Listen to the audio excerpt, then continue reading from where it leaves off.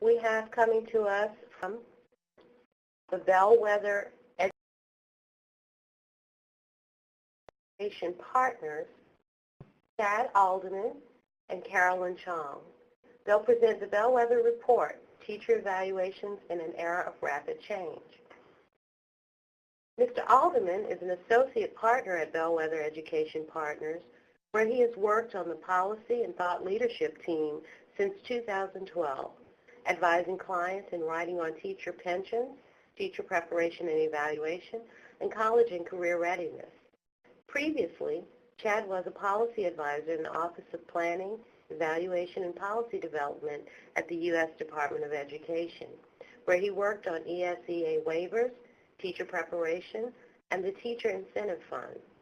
Prior to joining the department, Chad was a policy analyst with Education Sector. Carolyn Chuong is an analyst with Bellwether Education Partners in the policy and thought leadership practice area as well. Since joining in 2014, Carolyn has worked on education policy analysis projects with nonprofit organizations and foundations.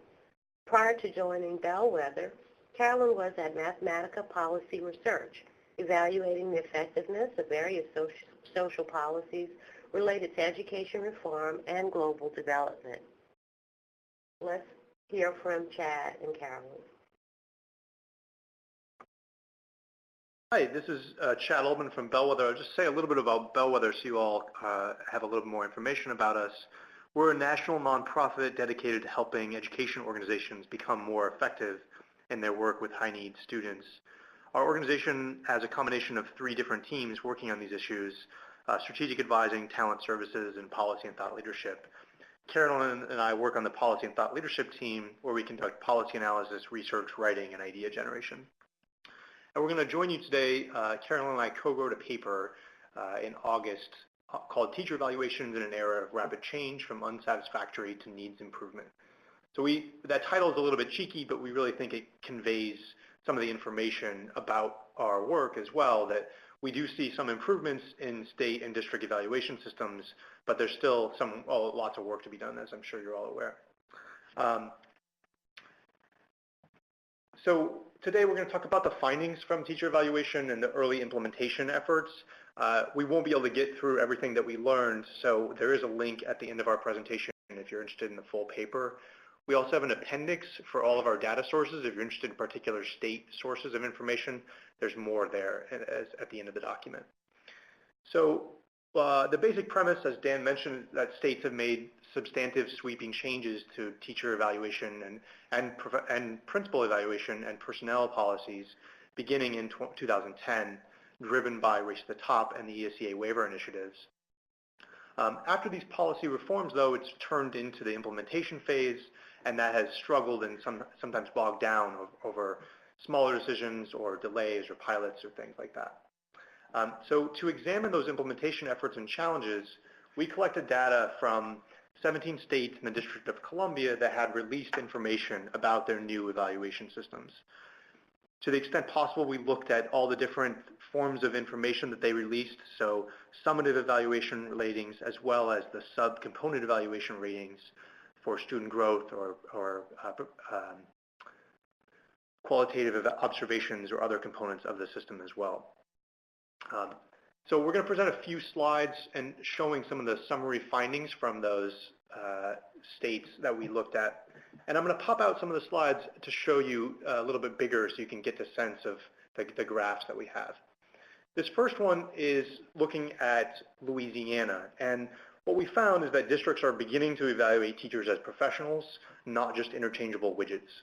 And the widgets term, again, comes from the report that Dan cited from the TNTP called the widget effect. And in 2010, 2011, Louisiana more or less treated teachers as widgets. 99% received satisfactory ratings and 1% received unsatisfactory ratings. They've now moved to a more multi-tiered evaluation system where they rate teachers and other professionals, educators, on a 4-scale system. And they're starting to see some differentiation. As Dan mentioned, if you look only at the unsatisfactory category, they've changed the terms. But even if you look only at that one category, it's changed from 1% a few years ago to 4% in the most recent data that we have. So we don't think that's necessarily the full way to look at it. I think that it's important, as Dan mentioned, to see the gradations here, that there are now districts in Louisiana can say that 32% of their teachers are highly effective, as opposed to 99% are just satisfactory. They can make different decisions attached to those. Similarly, Louisiana districts have now put 2,000 educators on notice that they need to improve their practice, and that they are at risk now under Louisiana's new system of losing their job if they don't improve their performance over time. They've also created more categories to give teachers better feedback on their performance and give teachers some direction about what they can improve on going forward. The last thing I'll point out is just the terms that we now use to describe educator effectiveness. So we've moved from a binary system where we talked about only in terms of satisfactory, unsatisfactory, which are relatively black and white terms, to now where we use more descriptive terms like highly effective or ineffective or effective, proficient, effective, emerging. And we saw this in other states as well. I'll turn it over to Carolyn to talk about the other findings.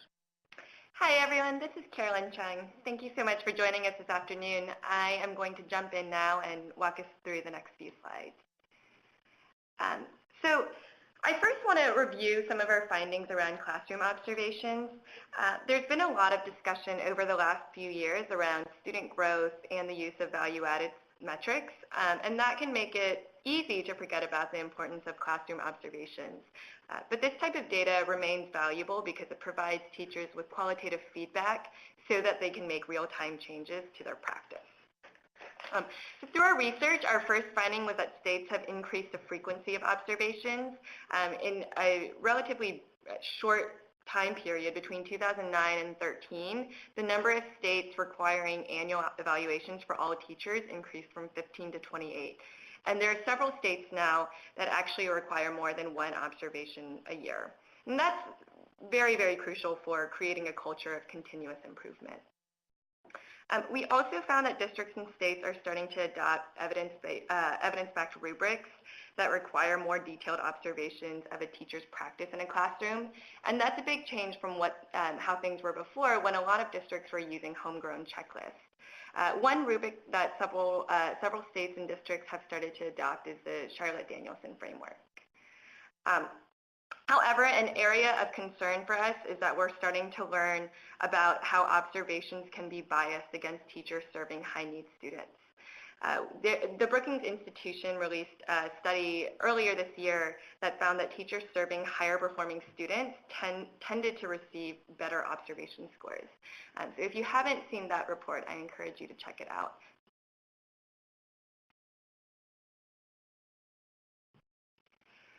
So I talked a little bit about classroom observations, and even with the more frequent use of observations and the use of evidence-based rubrics, I think it's still important to understand how student academic performance affects teacher evaluation ratings. After reviewing the policies and data of multiple states, we found that there was a discrepancy between student learning results and a teacher's overall rating. And this figure shows you specifically how this disconnect plays out in Delaware. This data is was released from Delaware's first year of their pilot evaluation system.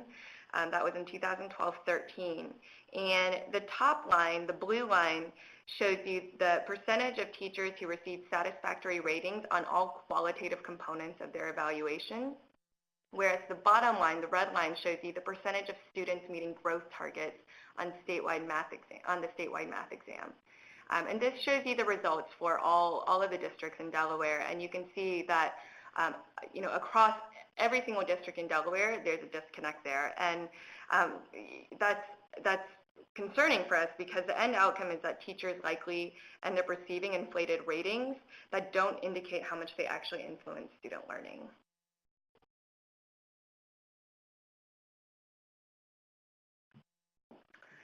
I now want to turn to another implementation issue we surfaced while carrying out our research.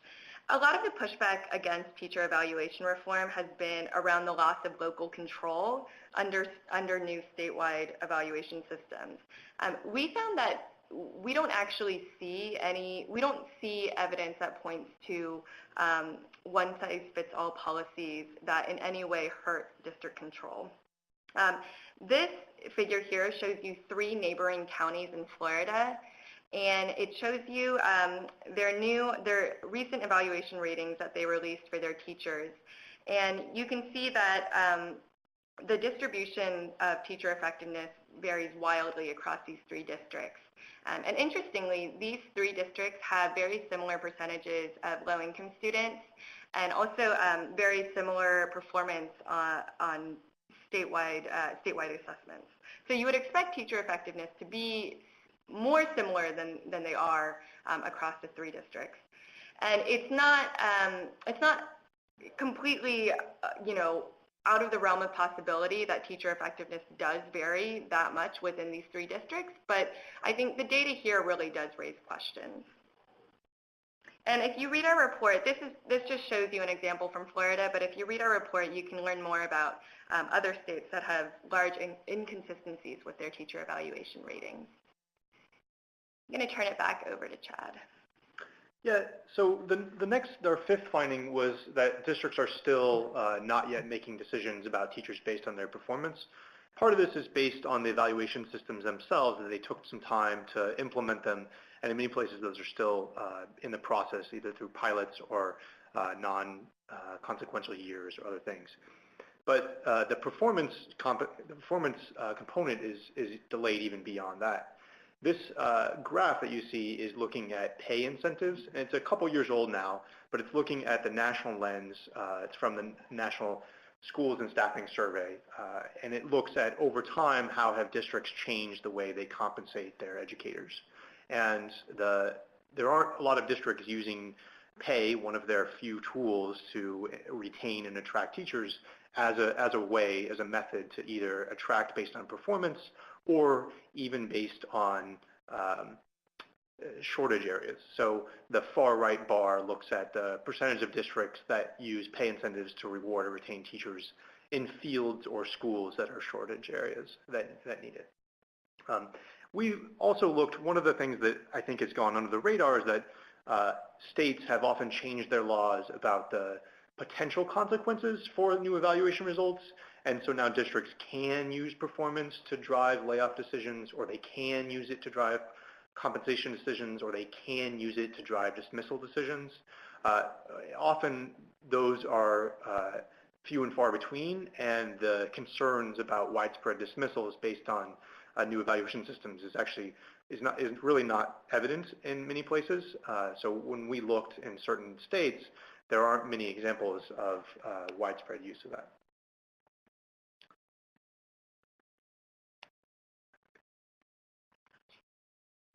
Jackie, can you help us? I'm not sure how to make it so it's not popped out anymore. There we go.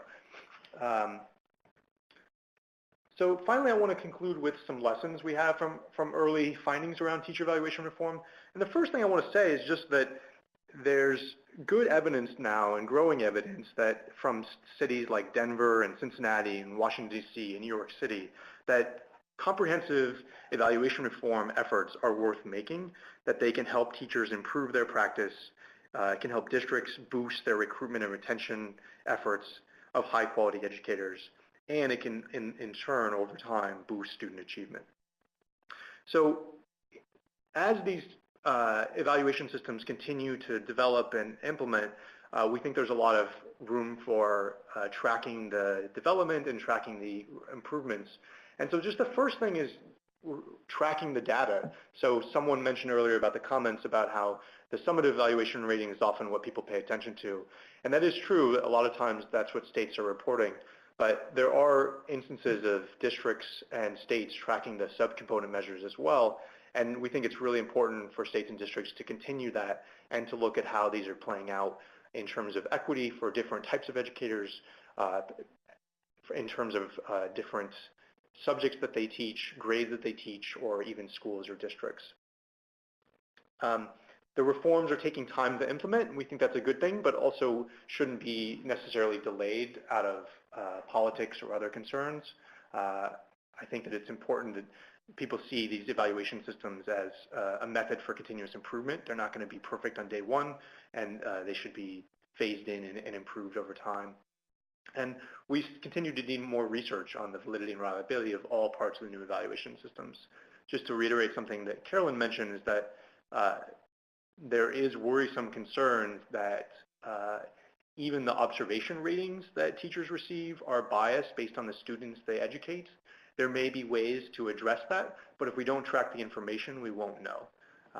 So with that, I'll conclude and just point you to our report. It's on our website at bellwethereducation.org, and happy to get into some questions. I'll turn it over back to Tammy and Jackie.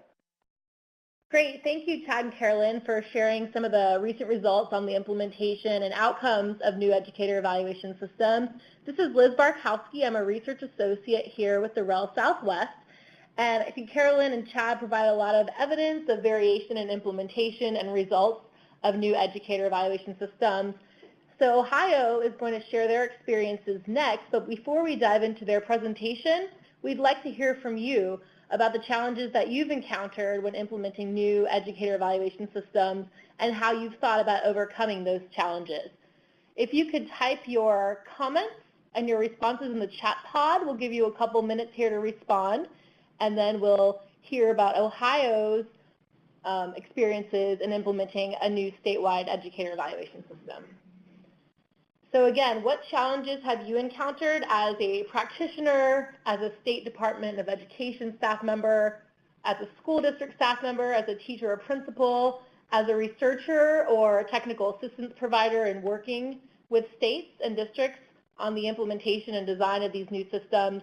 What are some major challenges that you've encountered in either design or implementation, and do you have any thoughts on how you might overcome those challenges?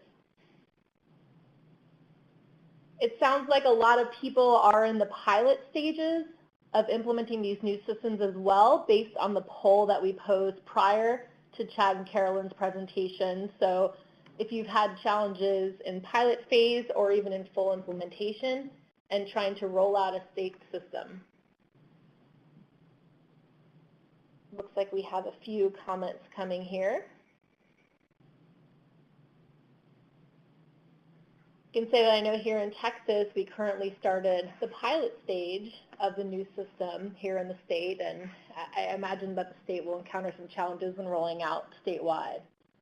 Sounds like Kelly has indicated trying to encourage schools and districts to balance the various pieces of information that go into the evaluation and not over-rely on one. So that speaks sort of to Dan's point made earlier, and also what Carolyn and Chad reiterated, that some districts and states may include student growth as a measure, but that's not necessarily what districts and school administrators even use to inform various human capital management decisions they're making about teachers. It sounds like Florida districts can set their own cut scores to differentiate among 4 summative ratings, so they can set their own scores that indicates which rating category a teacher will fall into. And that's definitely a reason for that variation, or could be a potential reason for that variation that Chad and Carolyn showed earlier in their slides. It sounds like this is the case for the observation system as well as the value-added data. It sounds like also that Hella has indicated that educators don't necessarily have assessments in place that are appropriate to use as part of their evaluations. I know that's specifically the case in the non-tested grades and subjects, particularly with student learning objectives or other measures. And it sounds like a lot of states, or as Helen mentioned, states and districts are working to develop or identify new assessments to use as indicators of student growth. Great, so we encourage you to continue to type your comments in the chat as we go along. And I'd like to turn it back over to Tammy to introduce our